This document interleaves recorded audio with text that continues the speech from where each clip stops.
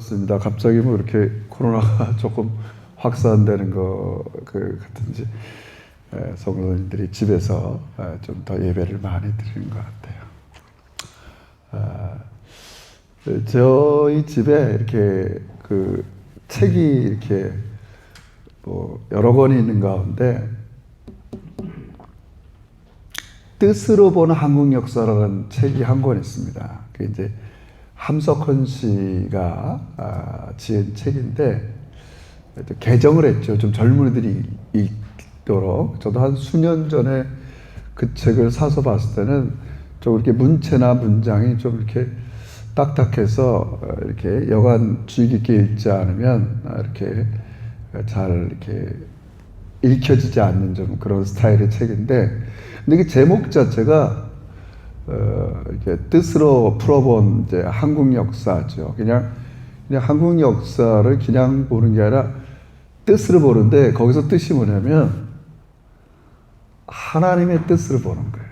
특별히 그 하나님의 뜻, 그 책 처음에 보면 이제 아가페, 하나님의 사랑이 우리 한국 역사에 어떻게 임하고, 그래서 그런 일제의 고난 가운데서도 기독교를 받아들이게 되고, 이렇게 쭉 역사를 하나님의 뜻으로 이렇게 풀어본 거죠. 이게 굉장히 중요해요. 만약에 오늘 여러분 이 자리에 앉고 가정에 서 있지만, 제 인생도 그래요. 만약에 내 인생 속에 만약에 하나님의 뜻이 다 빠져나가고 내 뜻으로만 내 인생을 살았다, 내 인생의 역사가 어떻게 될까? 여러분 그런 생각을 한번 해보시지 않았나요? 그러니까 내 한 개인의 인생, 우리 가족사, 내 인생이 하나님의 뜻은 다 빼버리고 있다. 그건 참 그렇게 뭐라 그럴까요? 그것처럼 이렇게 허무한 그런 삶이 없을 거예요. 참 그래서 그 책에서 제가 좀 인사이트를 얻었는데, 그분이 이제 역사를 볼 때 비유를 해요. 이렇게 좀 산에 올라가서 이렇게 세상을 바라보면, 우리 그렇잖아요. 높은 산에 올라가면 그게 뭔지 잘 모르잖아요. 다 거기서 거기지. 우리가 이렇게 현실의 매일의 삶에 이렇게 살다 보니까 늘 이런 모든 일들이 신경 쓰고 스트레스도 주고, 뭐 또 지금 우리 대성 집사님 기도하신 대로 비교도 하고 뭐도 하고 이런 세상의 온갖 속에 살잖아요. 그러나 뭔가 이렇게 높은 산에 올라가서 이 세상을 바라보면 뭐 그 다 거기서 거기지 뭐, 다 어떻게 보면 이제 그런 의미가 좀 될 수도 있어요. 그래서 오늘 예수님께서, 제가 이 설교도 여러분에게 많이 말씀 증거드린 것 같은데, 다시 한번 제 마음속에 한 주 동안, 그래, 내가 너무 이렇게 어려운 시대, 어려운 시간이다 보니까, 그래도 현실을 우리가 도피하자는 건 아니에요. 조금 이렇게 예수님께서 이 세 명의 제자들을 데리고 높은 산, 뭐 그게 뭐 성경학자들은 헬몬산이다 뭐 여러 가지가 있지만, 뭐 지명보다도 이 제자들 세 명을 데리고 높은 산으로 올라갔어요. 그러니까 세상을 보는 시각, 내 인생을 바라보는 시각, 시야를 좀 달리 해주고 싶은 의도가 다분히 있겠죠. 이게 참 중요한 것 같아요. 좀 높은 데 올라가면 그런 것처럼 예수님께서 뭐 이게 지금 단순히 뭐 지형적으로 얘기하는 게 아니라 오늘 이 예배도 마찬가지일 것 같아요. 우리가 한 주 어간의 모든 삶을 뚝 띄어서 이 예배 시간에 온 이유가 뭐겠어요? 그동안 알지만 이렇게 잊어버렸던 하나님의 시각, 하나님의 뜻으로 다시 한번 나를 돌아보는 거거든요. 이 자리에 앉아서. 이런 시간이 없으면 매일 뭐 반복된 그게 그거죠. 그리고 그 문제를 해결할 수도 없는 거죠. 저는 뭐 개인적으로 뭐 목회도 그런 소신을 갖고 있어요. 여러분의 일상에서 당하는 여러 가지 문제에 대해 답을 우리는 일상에서만 찾으려고 할 수 있어요. 뭐 물론 아프면 일상에 있는 병원을 가야 되고 뭐 다 찾아야 되죠. 하나님은 그런 걸 뭐라 그러지 않겠죠. 그러나 우린 그런 가운데서도 하나님의 뜻을 물어야죠. 그러니까 이 세상 사람이나 저도 마찬가지고 성도들도 어려운 일, 어려운 문제가 당하면 그 답을 하나님께로부터 찾기보다는 이런 것들을 자꾸 끌어들여서 여러분 성경의 하나님의 뜻 속에 여러분의 행복이 있습니다. 여러분이 추구하는 답이 있습니다. 여러분 지금 믿지 않은 사람이나 우리도 마찬가지지만 우리가 한 주 동안 열심히 살고 이렇게 내가 추구하는 그 삶의 어떤 행복의 질과 모든 것들이 어디에 달려 있겠어요? 하나님 우리가 제대로 이해하고 그분의 뜻대로 살아갈 때 좋은 열매도 맺고 삶의 질도 또 행복도 있는 걸 믿으시기 주의로 축원합니다. 저는 뭐 그게 목회라는 한 축이라고 생각해요. 성도들을 자꾸 하나님의 시각으로 하나님의 뜻 가운데 자신의 문제를 풀어가려고 그러고 자기의 생애 자녀들을 교육시키는 거 자기의 인생을 풀어가는 모든 열쇠가 하나님께 있다.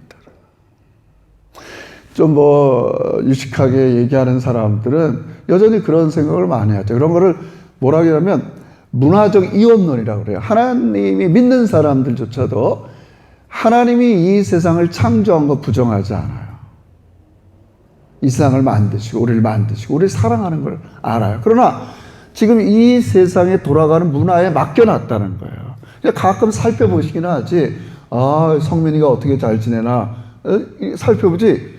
특별히 개개인에게 간섭하거나 섭리하지 않는다는 생각을 많이 하는. 근데 자칫 우리도 그런 생각을 많이 해요. 그냥 하나님이 하늘에 계시고 내가 기도하면 내 기도 들어주시고 이러시는 정도지 생각해보면 매일매일 내 삶에 어떻게 깊이 간섭하시고 나타나시나 이런 생각을 많이 가질 수도 있어요, 여러분.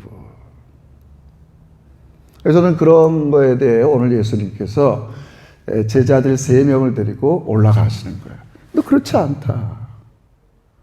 네가 살아가는 이 세상의 모든 문제가 하늘의 이 소리, 하늘의 관점, 하나님의 뜻 가운데 이 문제에 실마리들이 있다는 것을 보여주는 시각을 교정시켜주는 거죠. 왜냐하면 우리는 늘 하나님 뜻보다는 내 생각, 세상의 가치를 통해서 하나님께서 나에게 주기를 원해요. 내가 필요한 건강, 내가 필요한 물질. 그러나 여러분 잘 아시지만 인생이 그렇게만 되겠어요. 그래서 우리는 하나님께서 여러분들에게 주고자 하는 모든 그런 삶의 행복이 우리의 내면의 모든 깊은 것 속에서도 만족을 주고 또 이 세상이 우리에게 필요한 것들을 주시면서 여러분들에게 행복을 주기를 원하세요. 그래서 오늘 이 마태복음 17장의 이 높은 산에 예수님께서 제자들을 데리고 올라가시는 것들은 굉장히 이렇게 여러분과 저의 신앙에 중요한 그 터닝 포인트가 될 수 있어요. 그러니까 일단 여기에 앉아 있고 가정에 있는 여러분들은 일단 그 예수님께서 지금 이게 여기 보면 11장 1절에 보면 엿새우에 예수께서 베드로와 야고보와 형제를 데리시고 따로 높은 산에 올라갔단 말이에요. 엿새 전에 무슨 일이 있었냐? 그게 이제 마태복음 16장에 가이사라 빌립보에서 있던 일이에요. 이게 너무 중요한 지명인데 어떤 백그라운드는 다 피하게 하고 예수님은 여기서 제자들에게 신앙 고백을 받았어요. 여러분 잘 아는 것처럼. 사람들은 나를 누구로 아느냐? 그 다음 너희들은 나를 누구로 아느냐? 주는 살아계신 하나님의 아들이요 그리스도십니다. 고백을 했어요. 그러니까 이 고백을 하니까 여러분의 아들이 중요합니다. 고백을 하니까 예수님께서 이제 계속 말하는 게 뭐냐면 맞다. 내가 하나님의 아들 그리스도 잘 들으세요. 늘 얘기합니다. 그리스도 하면 메시아 똑같은 말이에요. 내가 이 땅에 그리스도 메시아로서 이 땅에 왔는데 이 사명을 위해서는 반드시 고난을 받고 죽는다는 얘기를 한단 말이에요. 유명한 사건이잖아요. 그러니까 베드로가 예수님을 확 옷을 붙잡고 그러지 마세요. 그러지 말라는 거예요, 예수님한테. 그러니까 여러분과 저처럼 예수님이 나의 구주라고는 고백했지만 우리가 예수님이 이 땅에서 구원을 주시는 방식을 우리가 우리 방식으로 여전히 이해하는 그런 모습일 수 있단 말이에요. 그렇게 하지 마세요. 좀 딴 얘기로 하면 여러분 좀 딱딱하지만 여러분 지금도 이스라엘 사람들은 형제들 이스라엘 사람들은 예수님을 메시아로 여기지 못해요. 마치 세상 사람들이 예수님을 하나님의 아들이요 구주로 고백 못하는 것처럼 제가 볼 때 저도 가까운 일가친척이나 어떤 분들은 아무리 증거를 해도 하나님이 안 믿어진다 그러고 예수님이 하나님의 아들이다. 근데 유대인들도 똑같단 말이에요. 심지어 이 제자들도 이게 어려워요. 유대인으로서 예수 그리스도를 메시아로 받아들이는 게 너무 어려운 거예요. 그죠? 그럼 뭐 너무 딱하게. 그럼 왜 그래요? 그들이 생각하는 메시아가 있을 거 아니에요. 시간이 없으니까 가장 대표적인 게 오늘 모세가 나오니까 모세만 내리겠어요. 모세와 같아야 돼요. 애굽에서 종살이하던 이스라엘 백성들을 해방시키고 광야에서 만나와 메추라기로 먹여주고 요즘 얘기하면 자유를 주고 물질적인 풍요를 줘야 된단 말이에요. 메시아는. 늘 그들이 갖고 있는 메시아관 중에 하나가 모세 같은 사람이에요. 모세 같은 사람. 우리에게 진정한 자유를 줘야 돼. 지금 자기들은 로마의 압제에 있으니까 자유를 줘야 돼. 그리고 모세가 매일 광야 40년 동안 먹이신 것처럼 먹여줘야 돼. 그러니까 예수님께서 오병이어의 기적을 베풀 때 사람들이 몰려들어. 이게 진짜 메시아이란 말이에요.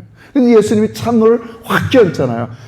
그런 거는 물질적으로는 너희한테 공급을 하지만 진정한 만족을 안 준다는 거예요. 여러분 지금 우리가 뭐 경제 수준이 다 우리 인컴이 5만 불에서 10만 불을 합시다. 내가 지난주에 통계적으로 그 정도면 사람들 다 먹고 산다는 거예요. 그러면 행복도도 비슷하다는 거예요. 삶의 질이. 우리가 못 먹고 못 살아서 마음이 이렇게 그런 게 아니잖아요. 그러니까 그거를 이해를 못 하는 거예요. 그러니까 오늘도 우리 그리스도인들이 예수를 구주로 고백하지만 생각보다 그렇게 기쁨이 충만하거나 만족스러운 삶을 살지 못할 수가 많이 있는 거죠. 우린 그런 것들을 좀 바라봐야 됩니다. 예수님이 주고자 하는 구원의 방식은 뭐겠어요? 일단은 여러분들에게 뭐라 그럴까요? 뭐 예수님이 처음 복음서에 와서 병도 고쳐주고 귀신도 고쳐주고 막 이렇게 했지만 메시아로서 예수님이 하나님의 아들로서 가장 핵심은 죄를 용서하셔서 잘 들어요. 죄를 용서하셔서 하나님과 여러분들을 화해시키는 거예요. 다시 하나님께로 돌아가게 만드는 거예요. 그래서 하나님 뜻대로 살아갈 때 거기에 진정한 만족을 주는 거예요. 할렐루야. 이거를 뭐 기본적이지만 왜 예수님이 자꾸 십자가, 죽음, 문제를 가장 핵심으로 여기면서 우리를 용서해야 되냔 말이에요. 그래야 다시 한번 여러분들로 하나님과 화목하고 하나님 중심으로 살게 만드는 거예요. 근데 그러기 위해서는 필연적으로 죄를 용서해 줘야 되니까 본인이 그 값을 지불할 수밖에 없는 거예요. 그러니까 내가 죽어야 된다, 고난당해야 된다, 이거를 제자들은 받아들이지 못하는 거예요. 근데 한 걸음 더 나가서 너희도 그래야 된다. 그리스도인이 되면 너희도 매일매일 죽어야 되고 고난을 받아야 된다. 이게 받아들이기가 어려운 거예요. 근데 여러분 이게 그렇게 이해하면 안 돼요. 여러분. 하나님께서 나한테 일방적으로 매일매일 너 예수 믿으면 고난당하고 죽어야 된다. 이런 말씀이 아니에요. 우리 정리를 해야 돼요. 예수님이 주시는 구원은 여러분을 하나님께로 돌아가게 하는 거예요. 그래서 그분을 신뢰하고 그분의 뜻대로 살아갈 때 우리 내면의 세계도 만족하지만 우리의 외적인 모든 필요를 하나님께서 주시는 거예요. 여러분. 그러니까 모든 사람들은 너무 자꾸 이렇게 이 외적인 세상적인 것에 너무 우리 하나님께 매달려 있을 때가 많단 말이에요. 예수님이 제자들을 데려가. 그러니까 유대인들은 이런 메시아를 믿을 수가 없는 거예요. 우리가 원하는 거는 더 많은 자유, 더 많은 경제적인 풍요지 이렇게 십자가에 죽는 예수를 원하는 게 아니었단 말이에요. 근데 우리는 뭐 예수님을 하나님의 아들로 받아들였지만 우리도 여전히 예수님께서 원하시는 그런 우리가 만족하고 행복할 수 있는 삶의 방식을 이해를 못하는 거예요. 그러려면 거기에는 필연적으로 고난과 죽음이 따른다는 거예요. 근데 그게 이 고난과 죽는다는 게 사실은 제가 이렇게 말씀을 자꾸 딱딱하게 풀어가는데 진짜 뭐 이렇게 우리가 이 육신적인 뭐 그런 이야기를 하는 게 아닙니다. 여러분들 이렇게 생각해 봅시다. 하나님이 여러분과 저를 만드셨다는 것을 우리 인정합시다. 잘 생각해 보세요. 비유가 좀 그러네요. 그냥 비유예요. 개가 개를 낳으면 뭐가 돼? 개가 임신한다고 그래야 돼. 뭐야? 여러분, 개가 개를 낳으면 뭐가 돼요? 개죠. 멍멍. 개가 고양이 낳는 거 보셨어요? 아니잖아요. 그죠? 고양이가 개 낳는 거 봤어요? 아니잖아요. 제가 엉뚱한 얘기지만, 하나님이 여러분을 낳았어요. 이래서 그러면. 그럼 여러분 누구예요? 하나님의 아들이라. 하나님이 우리를 만들 때 그렇게 하나님의 형상으로 만들었다고요. 그걸 왜 만들었어요? 내가 너희들을 부려먹고 날마다 십자가를 지고 내가 할 일이 없으니까 요것들을 좀 이렇게 내 자녀들을 만들어 갖고 효도 좀 받겠다. 그게 아니에요. 하나님은 여러분에게 완벽하고 절대적인 사랑을 주기 위해서 만들었어요. 할렐루야. 만들었다고요. 그래서 죽는다, 부인한다는 건 내가 그 사랑보다 더 좋아하고 세상을 사랑하고 이런 것들을 죽인다는 거예요. 하나님은 그런 거예요. 제가 지난주에 했지만 하나님 중심으로 산다는 건 내가 맨날 하나님 하는 그런 의미가 아니에요. 내가 너희들을 내 형상으로 만들고 내 아들, 딸로 만들어서 나의 저 깊은 사랑을 너에게 주고 너희도 감격하는 거야. 어쩌면 이런 창조적, 이런 절대적인 분이 나를 이렇게 사랑할까? 거기에 감사하고 찬양하고 기뻐하고 그러고 사는 게 하나님 중심으로 사는 거야. 할렐루야? 그렇게 살라는 거예요. 자꾸 세상 중심으로 세상 것이 좀 많으면 기뻐했다가 세상 것이 좀 없으면 맨날 디프레스 되고 이런 삶이 아니란 말이에요, 여러분. 하나님께서. 그 변화산에 제가 지금 변화산에 올라갔더니 예수님께서 변화됐잖아요. 네?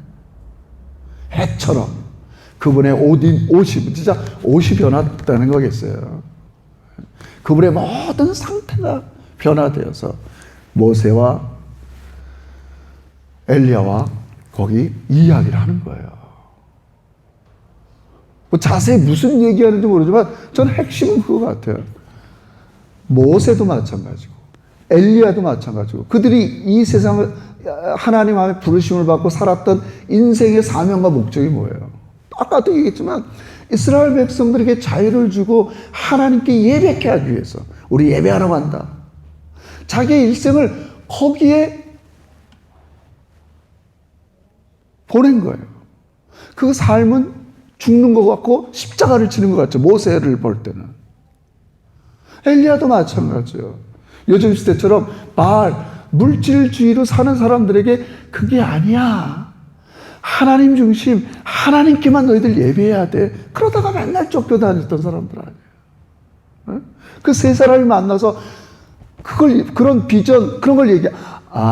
이 세상 사람들에게 진정한 행복을 주는 건 하나님께로 이 사람들을 다 되돌리는 거라고. 이들은 다 하나님이 낳은 자녀들이라고. 아들, 딸들이라고. 그걸 못 깨달으니까 딴 데 가서 지금 이렇게 방황하고 너무 힘들게 사는. 그게 예수님의 사명이에요. 예수님의 사명이에요. 그런 걸 나눴겠죠. 이렇게 나누면서.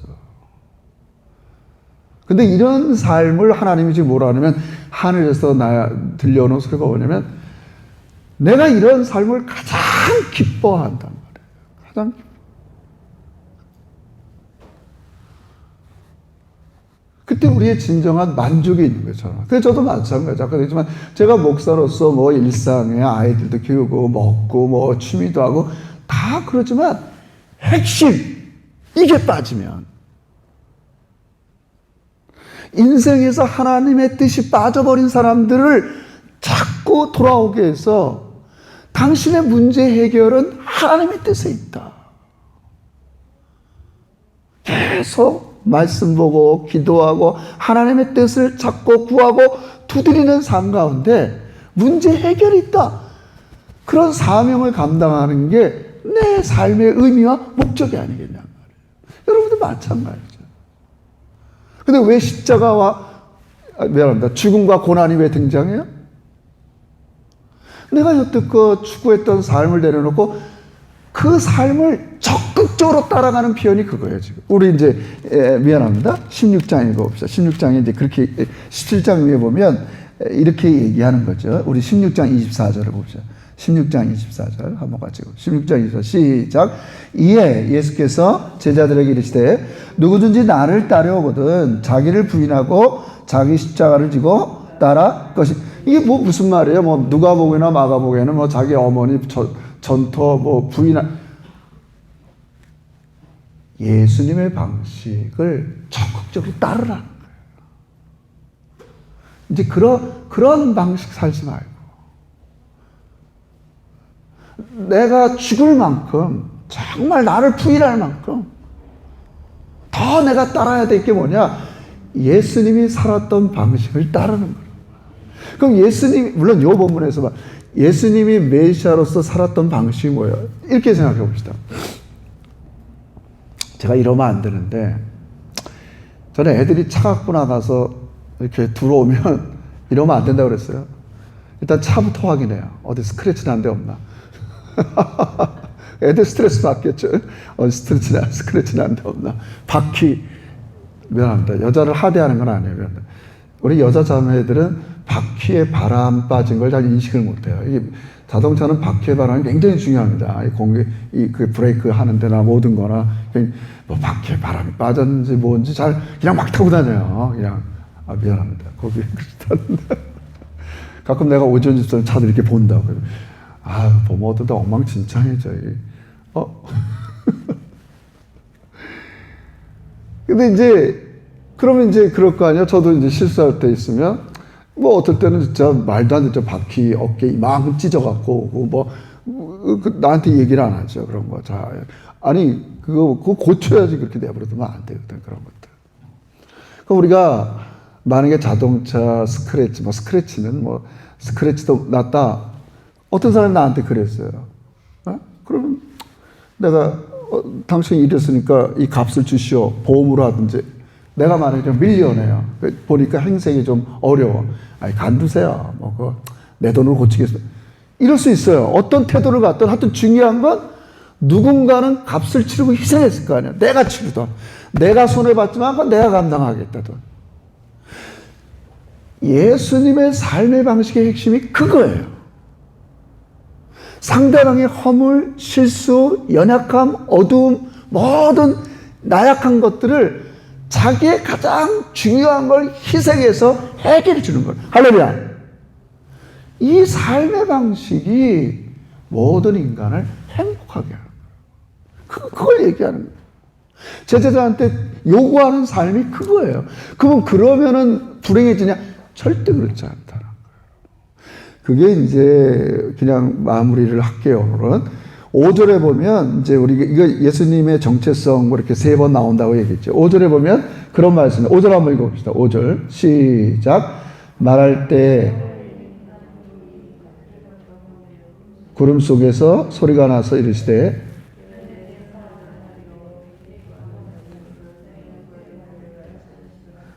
보세요. 여러분, 예수님이 이 땅에 내려온 건 엄격히 말해서 자기 뜻을 이루려고 내려온 게 아니에요. 아버지, 하나님의 뜻을 이루게 내려오신 거예요. 그러기 위해서 가장 자기의 소중한 걸 내어주셨어요. 그게 죽음이라 합시다. 고난이라 합시다. 아니, 그 관계만 보자고요. 성부 하나님과 성자 예수님이 사실은 동등해요. 부부간에 동등해요. 아니, 왜 내가 당신을 위해서 이걸 손해봐야 돼? 왜 내가 내어줘야 돼? 우리 이럴 수 있어요. 이게 세상 방식이에요, 여러분. 그러나 성자 예수님께서는 아버지가 너 이 세상에 내려가서 이 하나님의 뜻을 배제한 데 살아가는 이 사람들을 다시 내 뜻대로 돌아오게 하려면 그들을 용서하는 게 필요하다. 값을 지불하는 게 필요하다. 내 중심으로 살아가게 하려면 이게 우선돼야 되는데 그 값과 희생을 네가 해야겠다. 예수님 하는 거예요. 그렇게 하는 거예요. 자기의 가장 소중한 걸 내어주는 거예요, 하나님께. 그럼 하나님은 하하하 나 삼위일체 중에서 내가 가장 으뜸이야, 그런 분이 아니에요. 이 소리가 너무 감사하다. 예수 그리스도 기뻐한다. 당신의 삶을 존중한다. 서로 그렇게 자기의 중요한 걸 내어주는 거예요. 성령님도 마찬가지고요. 변화산에서 이 모습이 우리의 모습이 될 것을 여러분 확신하길 주의 이름으로 축원합니다. 그렇게 만들어가는 거예요. 너의 미래가 그렇게 되는 거야. 하나님 중심으로. 하나님은 자기가 아끼는 모든 걸 다 줘요. 천국도 만들어주고 아들도 주고 사랑도 주고 우리 인간의 내면에 정말 필요한 것들을 다 주신다고요.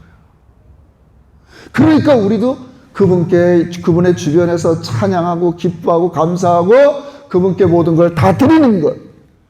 이게 우리의 인생의 진정한 행복인 걸 여러분 믿으시길 주의 이름으로 축원합니다. 우리는 이게 뭘 부정해, 뭘 십자가를 줘, 내 가장 중요한 걸 어떻게 드려? 그렇게 따라가지 않으면 우린 예수를 면합니다. 오래 믿어도 그렇게 행복하지 않습니다. 그래서 제가 이 설교를 안 목사 너는 예수님을 어느 정도 따라가고 있니? 누구든지 나를 따르거든 좀 적극적으로 자기의 가장 중요한 것들을 다 내어 던지면서 주님께 드릴 만큼. 여러분 이게 손해가 아니라 그래서 그러면 아까도 했지만 제가 하나님께서 우리를 창조할 때 여러분들 내가 좀 부려먹어야겠다 있는 것들 다 내가 뺏어 그런 게 아니에요. 하나님은 여러분을 우리 성경으로 얘기하면 하나님 뜻대로 사는 여러분들을 30배, 60배, 100배를 주는 걸 믿으시길 주의 이름으로 축원합니다. 주시는 거예요. 뺏는 분이 아닙니다. 하나님은 우리에 있는 걸 뺏는 분이 아닙니다. 그런 서로 가장 좋은 것을 주고받고 하는 관계에 살고 싶어 하는 거예요. 할렐루야. 그런 관계에 살고 싶어. 가장 하나님 앞에 내주는. 그리고 그것은 이제 우리의 가까운 가정, 교회에서, 세상에서도 그렇게 하나님 나라가 임하기를 원하는 거죠. 우리가 식상하게 뻔히 아는 사실이지만 왜 이 사람들이 위기의 시대라고 그러고 여러 가지가 있겠지만 이유가 뭐예요? 저는 여러 가지 있지만 핵심 하나는 두 가지. 이런 하나님의 사랑을 경험하지 못했기 때문에 그래요. 자신의 인생의 가장 중요한 것들을 나 같은 사람을 위해서 내어줬다. 그게 예수 그리스도인데 그 사랑을 경험하지 못하는 거죠. 그거 떠나가서는 우리 그리스도인들이 그런 사랑을 우리가 주지 못하면 이들은 그 사랑을 맛볼 길이 없는 거예요. 그런 게 이 세상 사람들을 저도 마찬가지일 테고 힘들게 하는 거죠. 많은 사람들이 위기고 어려운 시대라고 하지만 우린 믿어야 됩니다. 하나님은 지금도 여러분의 모든 삶을 완전한 사랑과 능력으로 간섭하고 다스리는 거 믿으시길 주의 이름으로 축원합니다. 높은 산에 가서 우리의 삶을 다시 보는 거예요. 하나님은 하나님의 뜻 가운데 자기를 부인하고 자기를 십자가를 주면서 적극적으로 하나님 뜻대로 살려고 하는 자에게 우리에게 위로하십니다. 내가 너의 삶을 기뻐한다. 네가 내 아들이다. 나도 나에게 있어서 가장 중요한 걸 드린다. 여러분 그냥 말장난 좀 해보세요. 여러분에게 있어서 가장 중요한 것과 하나님에게 있어서 가장 중요한 걸 맞바꾼다 합시다. 제가 지난주 설교했지만 하늘의 부하, 우린 정말 뭐랄까요? 큰 이익이 나는 장사를 하는 거예요. 우리가 있는 거 뭐 얼마나 되겠어요? 근데 하나님은 자기에 있는 모든 것들을 여러분에게 아낌없이 주는 걸 믿으시길 주의 이름으로 축원합니다. 주시는 거예요. 우린 그걸 믿는 거예요. 오늘도 여러분, 우리의 인간 역사 속에서 매일의 삶 속에 하나님의 뜻이 빠지면 아무것도 아닙니다. 늘 하나님 뜻대로 적극적으로, 그게 고난이 오든 나를 부인하는 거든 어떤 유혹과 시험이 와도 사단의 소리가 와도 우리는 더 적극적으로 주님의 뜻을 따라 살아가면서 하나님과 정말 만족스러운 그런 삶도 사시고 또 하나님이 허락하시는 복되고 풍성한 삶이 여러분에게 있기를 주의 이름으로 축원합니다. 기도합시다. 하나님 아버지 고맙습니다.